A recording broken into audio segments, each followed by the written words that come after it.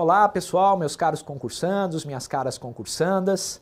Vamos dar continuidade às aulas da disciplina de processo do trabalho, aula sobre princípios. Na aula passada falamos da subsidiariedade, do princípio da subsidiariedade no processo do trabalho e falamos de uma característica muito marcante do processo do trabalho, tida por muitos doutrinadores como o princípio, o maior princípio, né? Podemos colocar dessa forma, o princípio da simplicidade.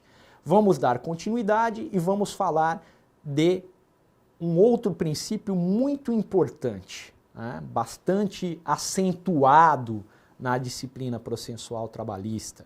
É o princípio da oralidade, né?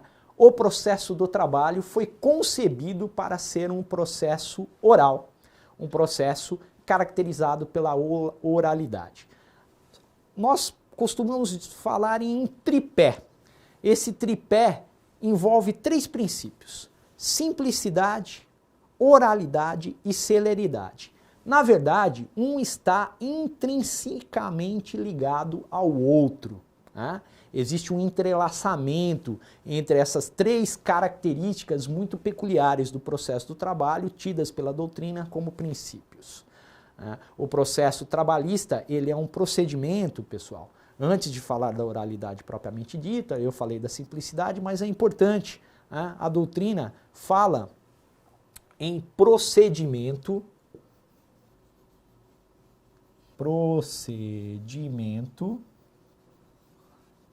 sumarizado.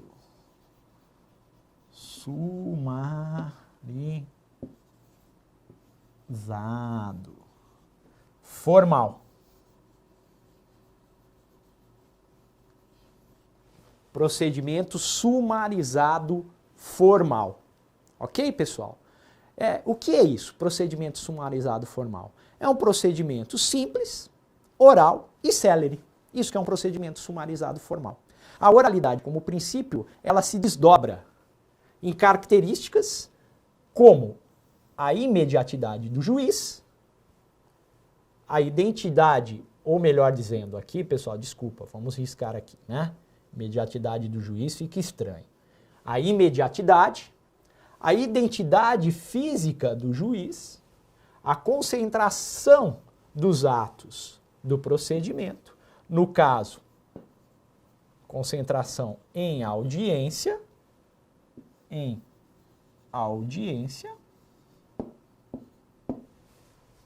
a irrecorribilidade das decisões interlocutórias, agora sim, ficou melhor, a irrecorribilidade das decisões interlocutórias. Então, a imediatidade, que é as partes em contato direto com o juiz trabalhista, a identidade física do juiz, preferencialmente o juiz que colhe a prova, que participa da audiência, ele é aquele que deverá julgar o processo. A concentração dos atos em audiência, a audiência no processo trabalhista, ela é bastante concentrada, tudo ocorre em audiência, depoimento das partes, reclamante e reclamada, autor e réu, autor é o reclamante no processo trabalhista, réu tem o nome de reclamada, ok? Reclamante e reclamada. Oitiva de testemunhas, se for necessário a oitiva do perito, a apresentação da defesa pela reclamada deve dar-se na audiência, audiência única, preferencialmente única, o juiz pode dividir a audiência, pode cindir a audiência, mas a CLT diz que ela é preferencialmente única, e a irrecorribilidade das decisões interlocutórias, que nós vamos falar com mais calma daqui a pouquinho. Tudo bem, pessoal? Oralidade, né? Esse processo trabalhista, ele se assemelha muito ao antigo processo sumário, processo civil sumário. O procedimento sumário no processo civil, no Código de Processo Civil de 1973. No atual Código não existe mais o processo sumário, no atual Código de Processo Civil. Nós temos o procedimento comum, ordinário e os procedimentos especiais, ok? Mas no processo do trabalho mantém-se essa característica de concentração dos atos em audiência, a característica bastante acentuada da oralidade. Vejam, trouxe aqui 2 artigos para ilustrar o que eu estou dizendo. Ok? Veja, na audiência, o reclamado terá 20 minutos para aduzir sua defesa, ou seja, ele poderá fazer defesa oral. É comum que faça defesa oral, pessoal? Não. O comum é apresentar a contestação por escrito. Contudo, o artigo 847 da CLT permite, faculta ao réu, que é chamado de reclamado, a dedução de defesa oral em 20 minutos. E o artigo 850 da CLT também permite alegações finais, razões finais, em 10 minutos, na própria audiência, terminada a instrução. Tá ok, pessoal? Certo? É isso. Conciliação. A conciliação, ela é uma exigência em todos os processos. Hoje, mais do que nunca, o Código de Processo Civil atual, ele estimula a conciliação, a mediação, a arbitragem, formas diferenciadas para a resolução dos conflitos, que pode se dar no âmbito do próprio processo, um acordo, uma solução negociada. No processo trabalhista sempre foi uma característica, muito forte, muito marcante, a conciliação, tanto que a CLT prevê a obrigatoriedade de proposta de conciliação pelo juiz do trabalho em 2 momentos. Vejam comigo. Artigo 846 e, novamente, o artigo 850 da CLT. Quando o juiz abre a audiência, olha aqui, pessoal, ele propõe a conciliação. Obrigatoriedade de propor a conciliação. E quando termina a instrução, colhe todas as provas, ele renova a proposta de conciliação após as razões finais. Terminada a instrução, razões finais em 10 minutos e o juiz deve renovar a proposta de conciliação. Ou seja, são 2 momentos. Se o juiz... Aí a pergunta é, professor, e se o juiz não fizer a proposta de conciliação? Bom, a doutrina diz que se ele não fizer a proposta de conciliação em nenhum dos 2 momentos, haverá nulidade processual, que poderá levar à nulidade de uma eventual decisão, sentença proferida, e a necessidade de refazer a audiência e propor a conciliação. Contudo, a nulidade processual só deve ser declarada se houver prejuízo. Neste sentido, a doutrina entende que se ele fizer a proposta de conciliação em pelo menos uma oportunidade, não haverá nulidade. E vejam, pode ser que a causa não cuide de um direito de caráter indisponível, uma indisponibilidade absoluta. Não confundir com a indisponibilidade característica do direito do trabalho. Mas há interesses, há questões que são inconciliáveis. Então dependerá muito do caso concreto. Mas o que precisamos saber é que a conciliação é um princípio, ele é uma característica muito forte, tida como um princípio pela doutrina, e há obrigatoriedade de proposta de conciliação em 2 momentos distintos do processo trabalhista. Irrecorribilidade das decisões interlocutórias. Vejam, o processo é simples, o processo é oral, o processo é célere, é rápido.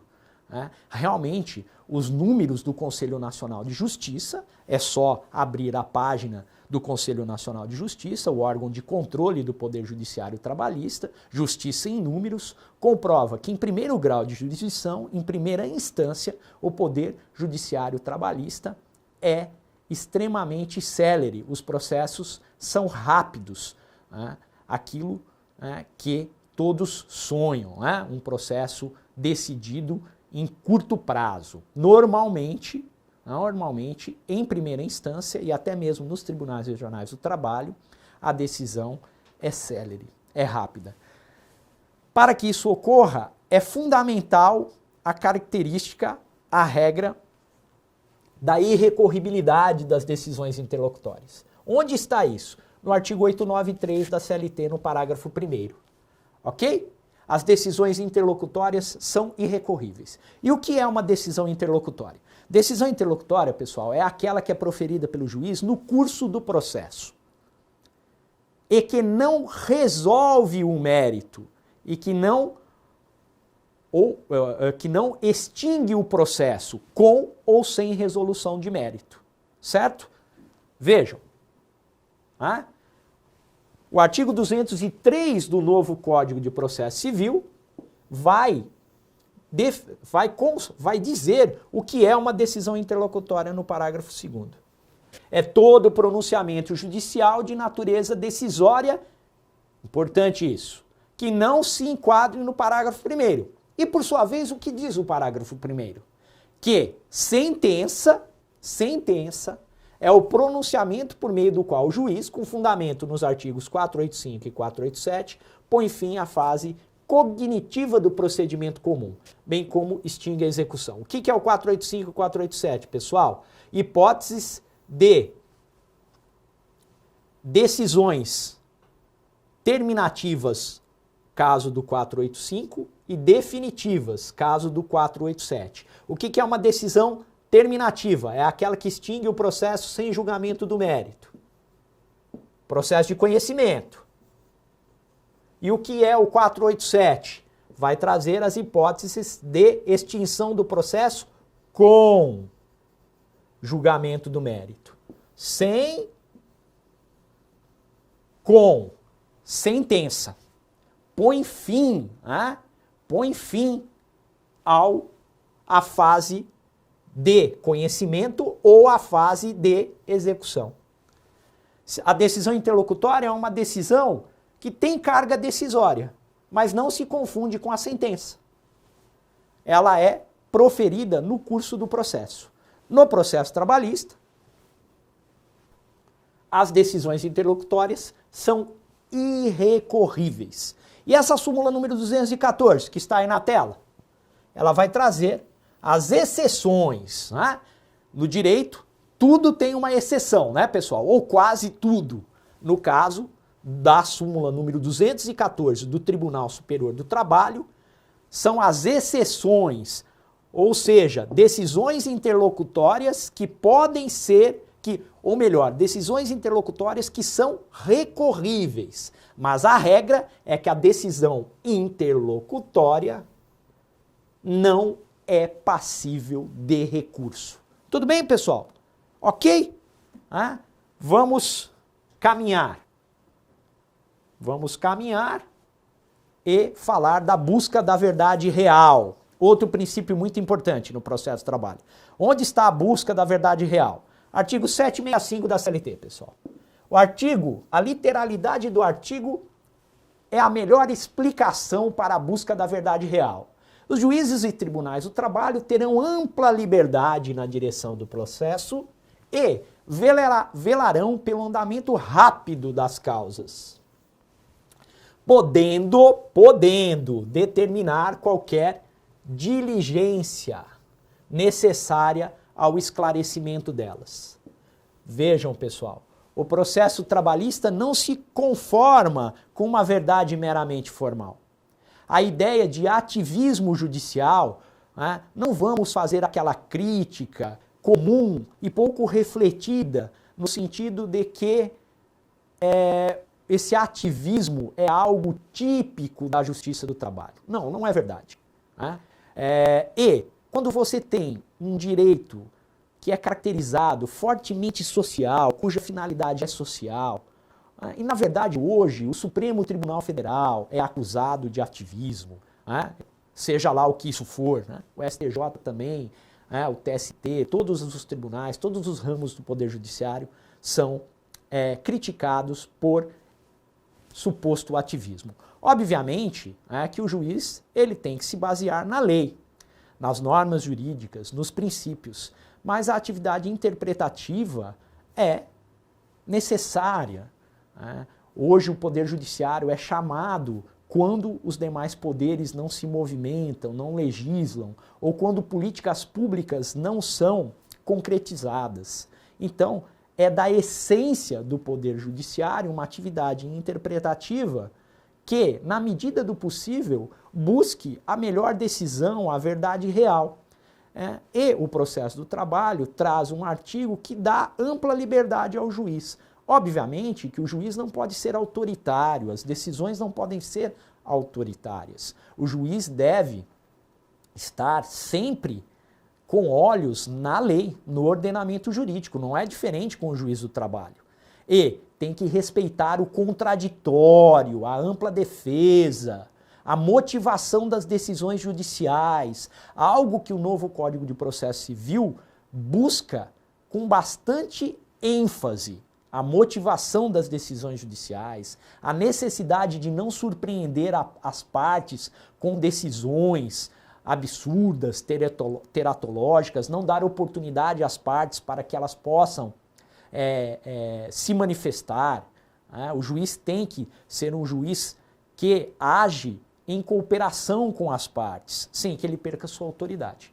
Então nós temos aqui a ideia de ampla liberdade para que o juiz possa interferir e buscar a verdade no processo. Tudo bem, pessoal? Tudo ok? Mais um princípio, na verdade aqui uma regra, né? Eu gosto de dizer que isso não é um princípio, é uma regra. Por que é uma regra? Porque não é algo comum. Existem algumas hipóteses em que o juiz trabalhista pode decidir diversamente daquilo que foi pleiteado pelo autor reclamante na petição inicial. A essa regra chamamos de extrapetição, algo que é vedado no processo civil, que tem como característica, que tem como princípio, o princípio dispositivo, o princípio da demanda, ou também conhecido como princípio da inércia. O juiz deve só agir se for provocado e deve decidir o pedido conforme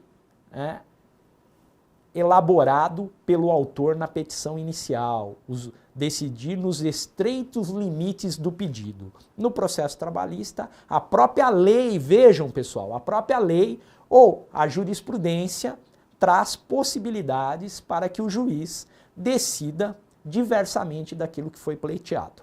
Dois exemplos muito fortes são o artigo 496 da CLT e a súmula número 293 do Tribunal Superior do Trabalho. 496 é aquele pedido de reintegração do trabalhador estável, que tem garantia provisória de emprego. Ele pede a reintegração ao emprego e o juiz entende que essa reintegração é desaconselhável. Neste caso, ele poderá transformar a reintegração, poderá, em vez de reintegrar, indenizar o trabalhador. Artigo 496 da CLT.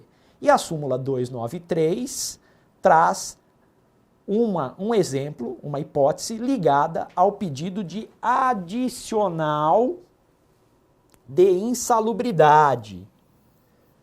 Vejam o que diz a súmula.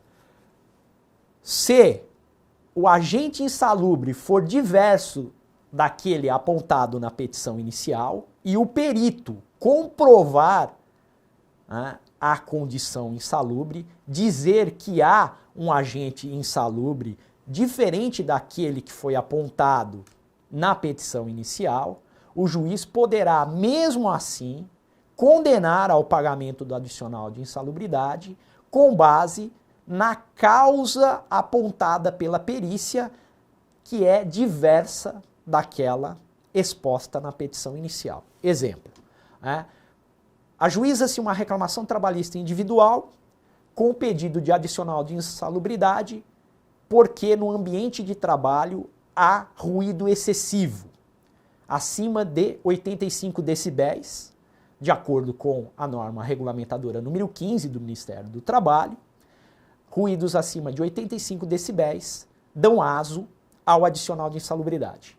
O perito comparece no ambiente e verifica que o ruído é de 80 decibéis, ou seja, não há insalubridade por excesso de ruído. Mas ele verifica que há produtos químicos no local e que esses produtos químicos, né, são causa de insalubridade. Ele aponta no seu laudo pericial que não existe ruído excessivo, mas que há produtos químicos tóxicos no ambiente de trabalho e que o trabalhador estava exposto continuamente e diretamente aos produtos químicos nocivos à sua saúde. O juiz poderá, mesmo que a petição inicial não diga nada sobre produtos químicos, condenar ao pagamento de adicional de insalubridade. Tudo bem, pessoal? Súmula número 293. Terminamos a aula de princípios, fiz um pequeno resumo, um apanhado do que foi dito na aula, 2 aulas, né, para que tratamos da evolução histórica e falamos dos princípios. Na próxima aula, o tema será Organização da Justiça do Trabalho. Até lá!